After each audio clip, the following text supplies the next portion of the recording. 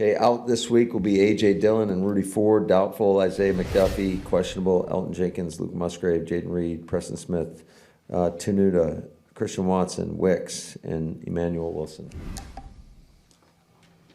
Did Christian have a setback, or was this part of the plan to give him today off? Yeah, we just felt like he had 2 good days of practice and wanted to give him today, and then we'll see where he's at on Sunday. What does he have to show you to be there? I mean, obviously, you've seen the practice week. Is there something else? I think a lot of it's just how he's feeling, So we'll test him out, and we'll see where he's at. He did not do anything today, though, on the field. He did not. Okay. You didn't get the opening touchdown last week, but obviously you started fast and the coin flip. Fast 3 and out. It's a fast 3 and out. It seemed, I don't know if you disagree, but it seemed to kind of help spur a fast start, even, you can kind of tilt to the field from the beginning.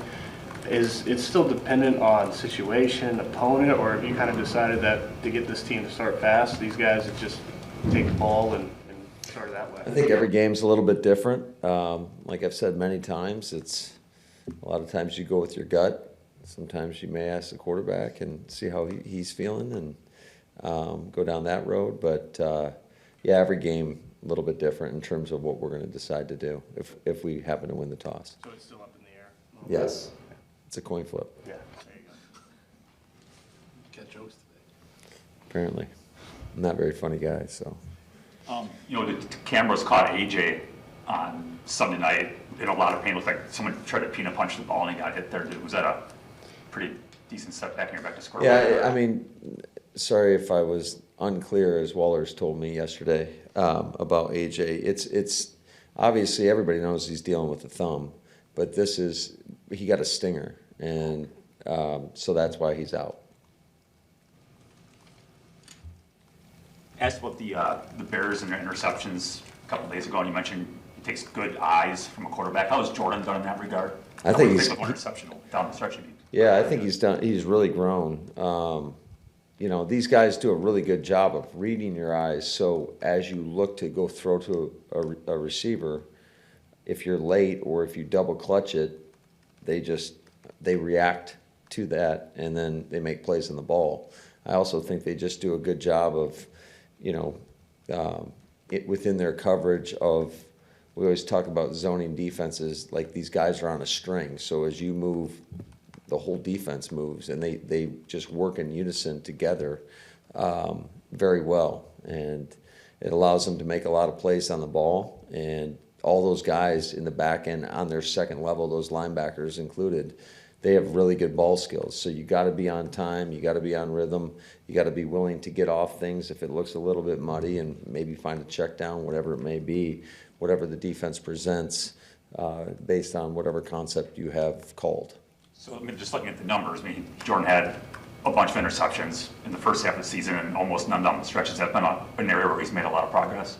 Yeah, I would say so. I think, that absolutely. I think, I've said a lot of times he's made progress. I think the guys around him have made a lot of progress.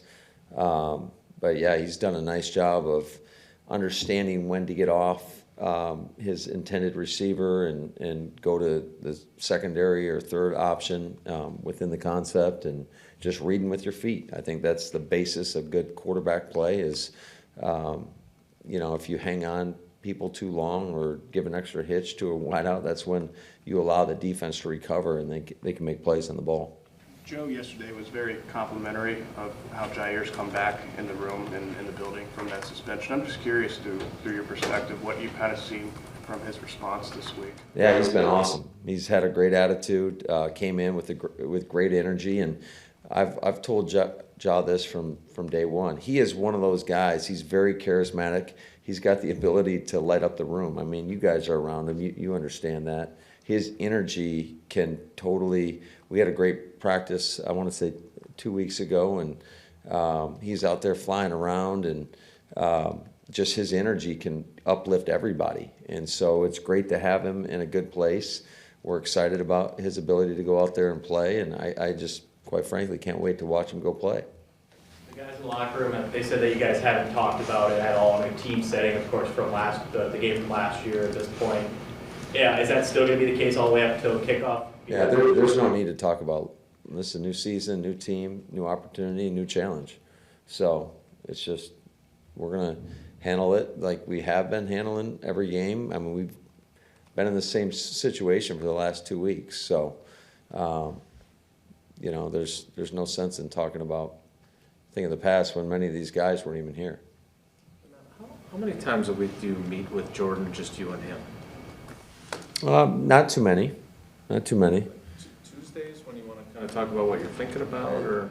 Sometimes, but yeah, I would say, you know, we spend a lot of time together. The quarterbacks tend to meet during every special teams meeting, so they get more meeting time than other position groups. So it's, you know, I try to get in there as absolutely as much as I can, and we handle a lot of the conversations within those meetings, so we're all on the same page, so that Tom's on the same page, that Connor, the other quarterbacks, Steno's in there quite a bit, just making sure that everybody's on the same page. Certainly there's conversations that we'll have, you know, whether on the practice field or, you know, walking to other meetings or whatever it may be, just trying to get a feel for maybe certain things or trying to answer certain questions that he may have, or he could bring up a good point. But I think that there's an open line of communication there all the time.